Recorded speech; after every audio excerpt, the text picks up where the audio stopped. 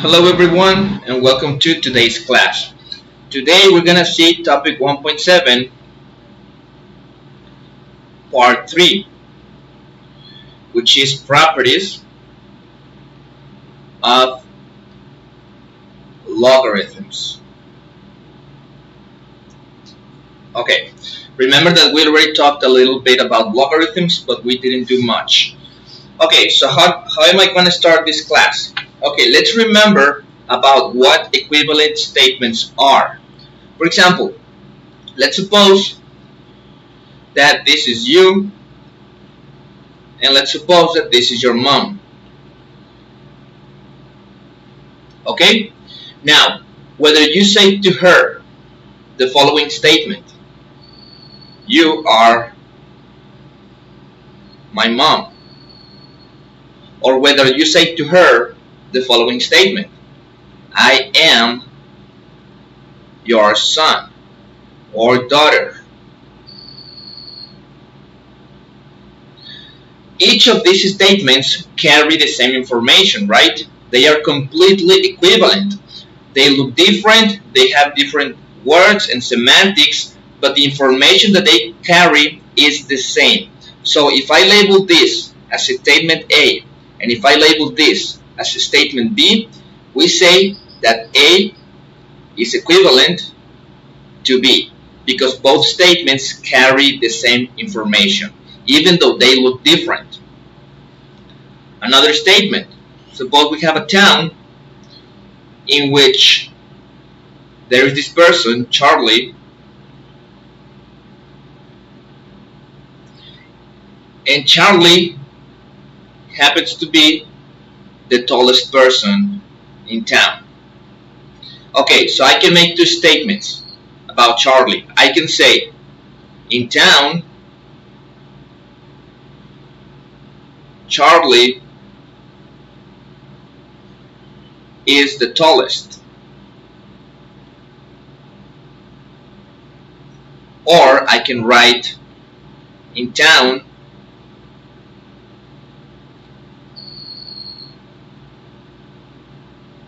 everybody is smaller than Charlie. Both statements, as you can see, convey the same information even though they look different. So C is equivalent to D. Okay, why is this important? Because this happens also in mathematics. We can have equivalent statements that even though they sound different and they look different, they mean actually the same thing. For example, every single time that we write something like this, 8 plus 7 equals 9, this is a statement, right? I am saying that 8 plus 7 equals 9. I can also make an equivalent statement in this form.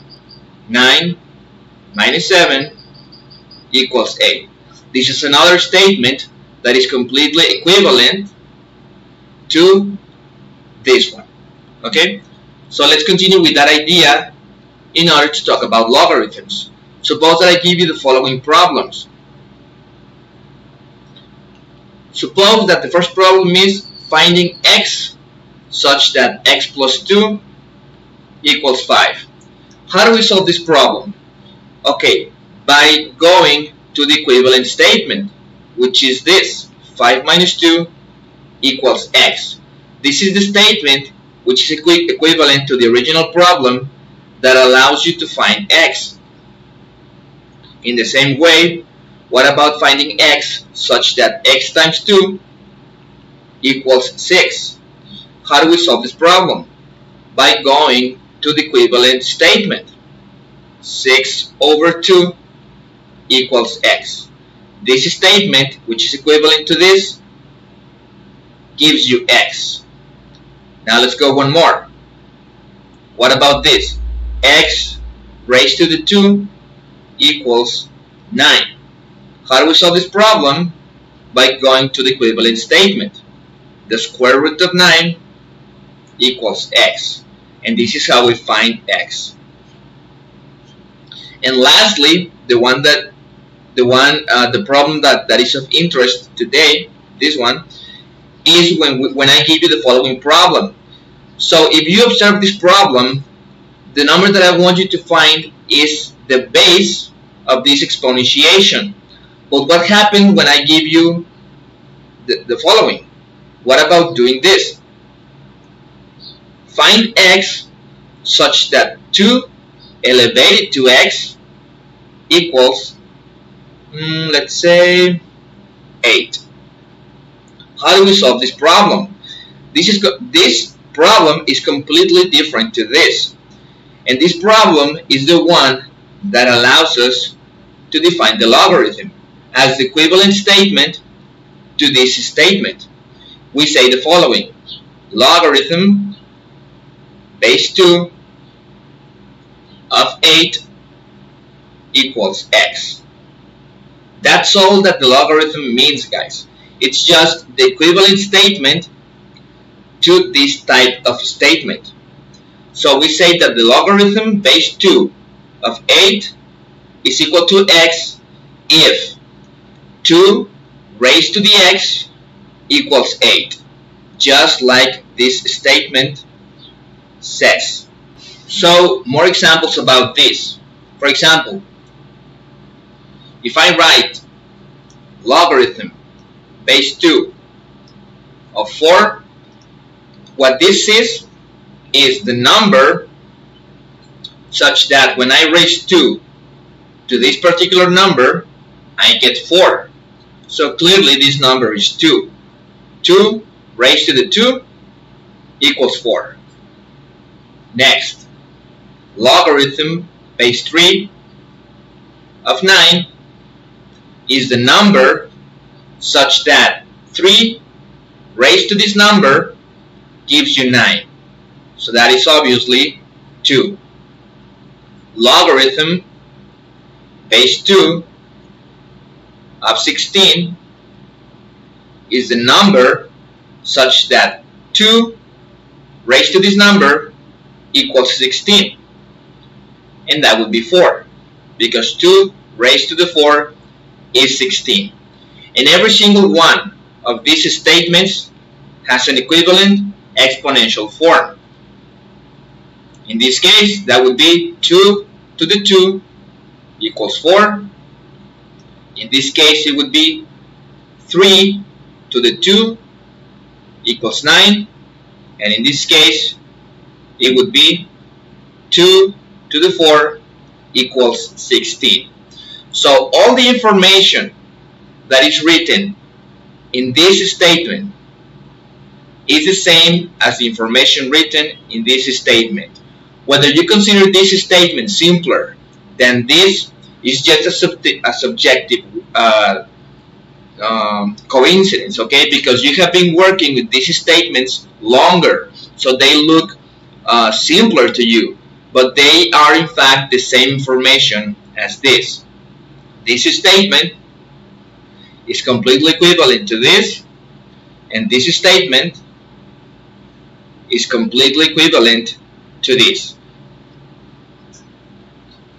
So now let's go on to proving the properties of logarithms that I wanted to present today.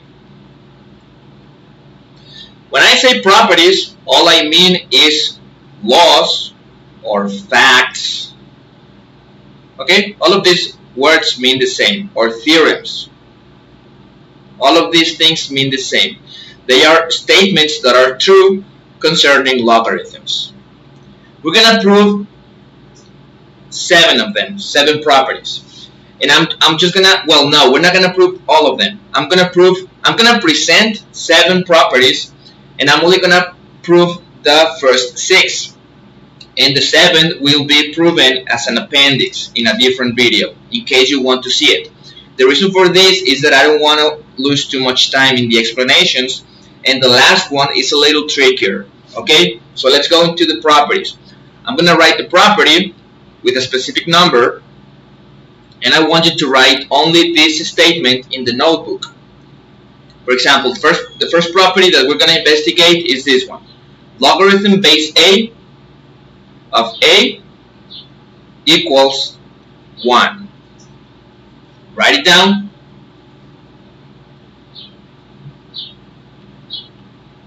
and then let's prove it. This proof is extremely simple. All we have to do is this. Let's write a to the 1 equals a, right? A to the 1 equals a. That's true. That's obvious. Okay, so all we have to do is write this statement in its equivalent logarithmic form. Logarithm base a of a equals 1. Since we know that this statement is true, and this is the equivalent statement to this one, then this statement is also true, which happens to be the property that we wanted to prove. So, proof completed. Second property, logarithm base a of 1 is always 0. Write it down.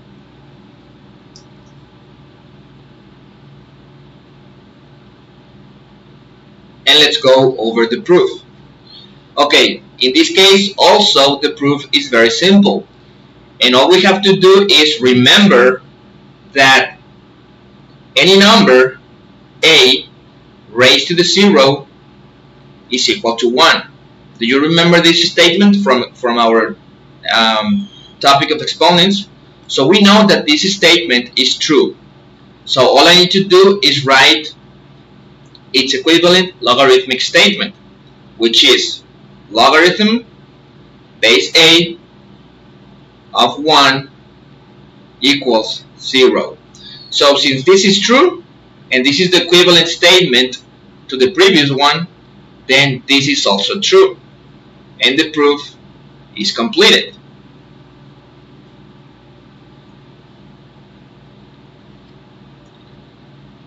Property number 3. Logarithm base a of a to the x equals x. Write it down.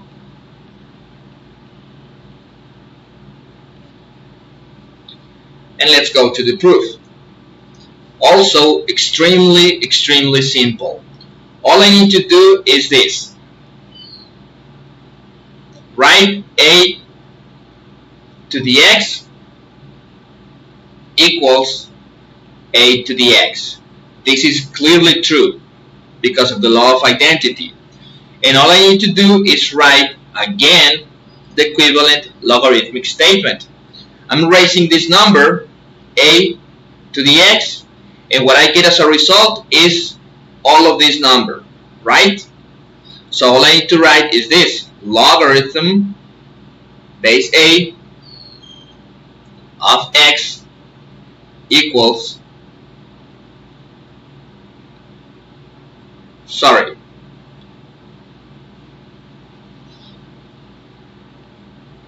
logarithm base a of a to the x equals x.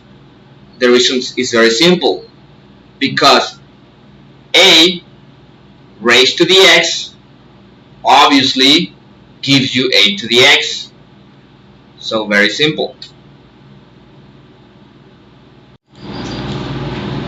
Okay, now let's go to property number 4. This one is a little more difficult, so pay a lot of attention. I'm gonna take my time to do it. Property number 4. Logarithm base a of x times y is equal to the logarithm base a of x plus logarithm base a of y. Write it down and let's prove it. Okay, I'm going to start the proof by writing one of the facts that we already know, which is this: a to the m times a to the n is equal to a to the n plus n. We know that this is true. Then I'm just going to write the same thing but in reverse order.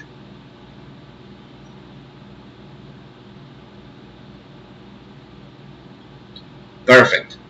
Now, next, I'm gonna take a little pause and I'm gonna apply a technique which in mathematics it's sometimes called relabeling.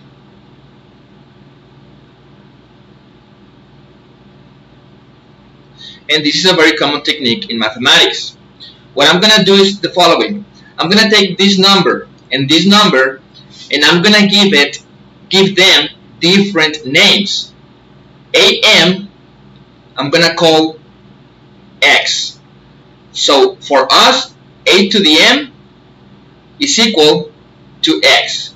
I'm creating this new variable for some convenient purposes. You're gonna understand why in a moment. And also for us, A to the N will be called Y. So let's continue. If I do that relabeling, then I can write the following. A to the n plus n is equal to X times Y. Make sure you understand why this is the same as this previous statement according to the relabeling. Okay, let's move on.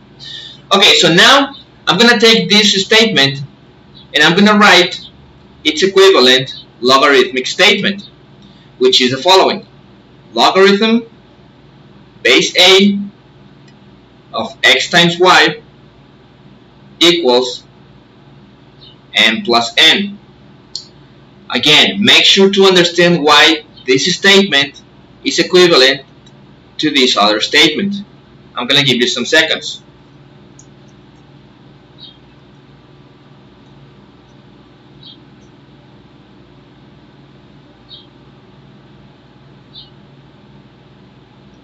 Perfect. Okay, now since this statement is equivalent to all of this, I'm going to take only this part and I'm going to continue my proof only with this part. So I'm going to write then logarithm base A of X times Y equals m plus n. And then we're almost done with the proof. We're going to do the following. Let's go back to the relabeling. So we have A to the m equals X and A to the n equals Y. But each of these statements has an equivalent logarithmic statement, right? Remember, each exponential statement has an equivalent logarithmic statement. Okay, so what is the equivalent statement to this one? It is this one. Logarithm base A of X equals m. And the equivalent statement to the second is logarithm base A of Y equals n. And I'm going to use now these two facts, this and this. So let's go back now to my proof at this point. First, I'm going to write this part the same way. Logarithm base A of xy equals, but I'm not gonna write n plus n anymore. What I'm gonna do is use these two things, and instead of writing m in here, I'm gonna write this part. Why? Because it's equal to m, right? So I'm gonna write logarithm base A of x. This is the same as this, according to that. And instead of n, I'm going to write logarithm base A of y. And the reason for this is that this is equal to n, according to that statement. And if you notice, we have completed the proof, right? Because all of this statement is actually the statement that we wanted to prove. Okay, I hope you have understood this demonstration. It was a little trickier because of the relabeling part, but if you didn't understand very well, you can play it again and make pauses as you desire.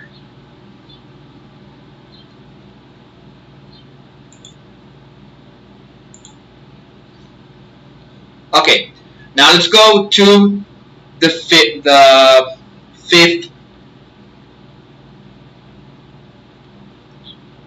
fifth property. Logarithm base a of x over y equals logarithm base a of x minus logarithm base a of y. And if you understood the previous property, you can see that they are a little alike. Okay, so but instead of multiplication, we have a division here, and instead of a sum, we have a subtraction here. So we may believe that the proofs are similar, and in fact they are. So let's do it very quickly. We know that a to the n over a to the n is equal to a to the n minus n. I'm going to change the order of that statement.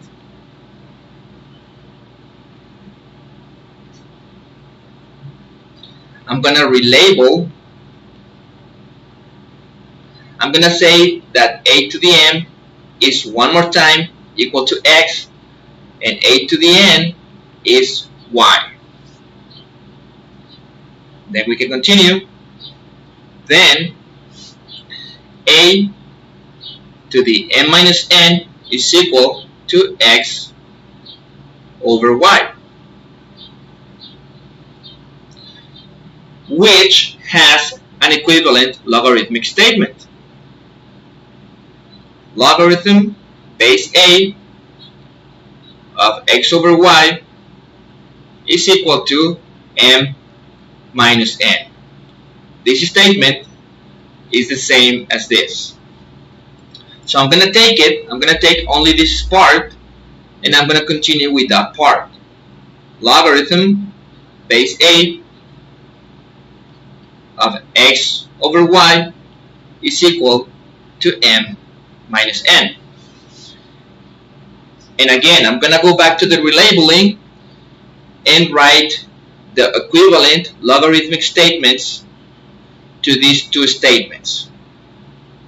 Logarithm base a of x equals m, and logarithm base a of y equals n. Let's go back to my proof at this part. Then logarithm base a of x over y is equal to m. But what is m? M is equal to the logarithm base a of x minus n. But what is n? N is equal to the logarithm base a of y. And if you notice, the proof is completed, because this statement is the same as the one we wanted to prove. And finally, we have the sixth and the seventh properties. The sixth property says the following: logarithm base a of x to the n is equal to n times the logarithm base a of x. And the seventh says that logarithm base a of x equals logarithm base b of x over logarithm base b of a. I'm going to prove these two statements. First of all, I want you to write them down. And the proofs, I'm going to give them in an appendix. okay, another video that you can either see or not. I recommend that you watch it at least once for you to understand why these properties work, and that's it. But it's not necessary, okay? If you don't understand these two demonstrations, that's fine, no problem.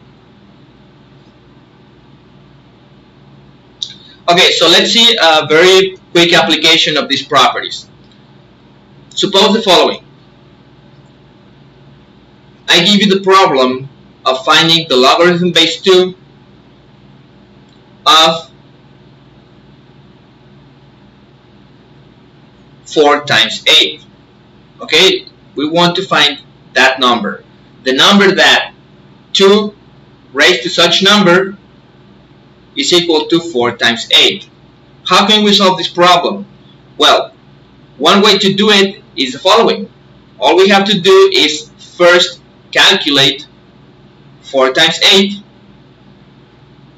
which is 32, and then solve this problem.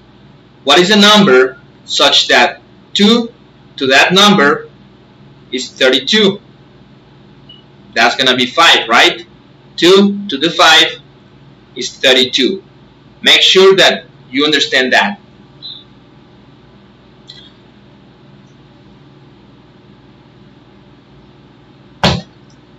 Okay, so the problem can be solved in this way, by calculating this multiplication first. But what if we want to use the properties that we just saw? For example, logarithm base 2 of 4 times 8 is equal to logarithm base 2 of 4 plus logarithm base 2 of 8, right? According to the fourth property. Now, all I need to do is solve each of these problems independently. Logarithm base 2 of 4 is 2, because 2 raised to the 2 is 4.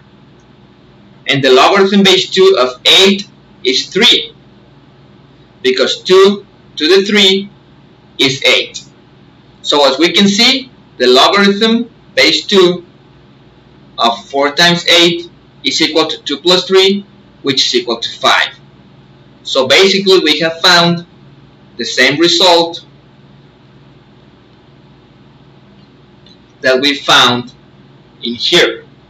Okay, so that's why these properties are very important. They let you decompose a bigger problem into 2 smaller problems,